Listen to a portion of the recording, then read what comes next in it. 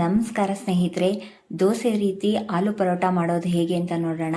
ನೋಡಿ ಎಷ್ಟು ಚೆನ್ನಾಗಿ ಬಂದಿದೆ ಅಂತ. ಮೊದಲಿಗೆ ನಾನು ಆಲೂಗೆಡ್ಡೆನ ಬೇಯಿಸ್ಕೊಂಡು ನೋಡಿ ಈ ಥರ ನುಣ್ಣು ಮಾಡಿಕೊಂಡು ಒಂದು ಪಾತ್ರೆಗೆ ಹಾಕೋತಾ ಇದ್ದೀನಿ.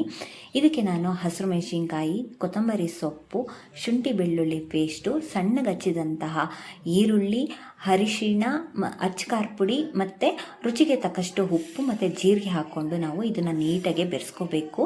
ನಂತರ ಒಂದು ಪಾತ್ರೆಗೆ ನಾನು ಗೋಧಿ ಹಸಿಟ್ಟು ನಮಗೆ ಎಷ್ಟು ಬೇಕೋ ಅಷ್ಟು ಹಾಕ್ಕೊಂಡು ನೋಡಿ ಈ ರೀತಿ ತೆಳ್ಳಗೆ ಮಾಡ್ಕೊಂಡಿದ್ದೀನಿ.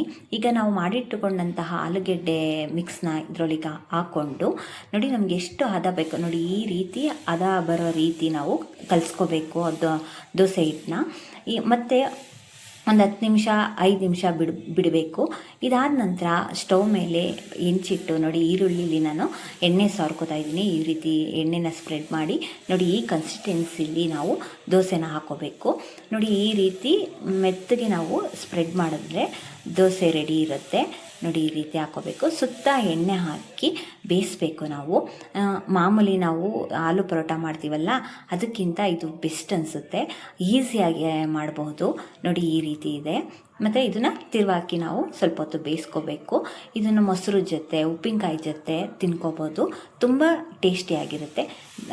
ಈ ರೀತಿ ಹೊಸ ಹೊಸ ಅಡುಗೆಗಳಿಗಾಗಿ ನಮ್ಮ ಚಾನಲನ್ನು ಸಬ್ಸ್ಕ್ರೈಬ್ ಮಾಡಿ, ಲೈಕ್ ಮಾಡಿ ಫ್ರೆಂಡ್ಸ್.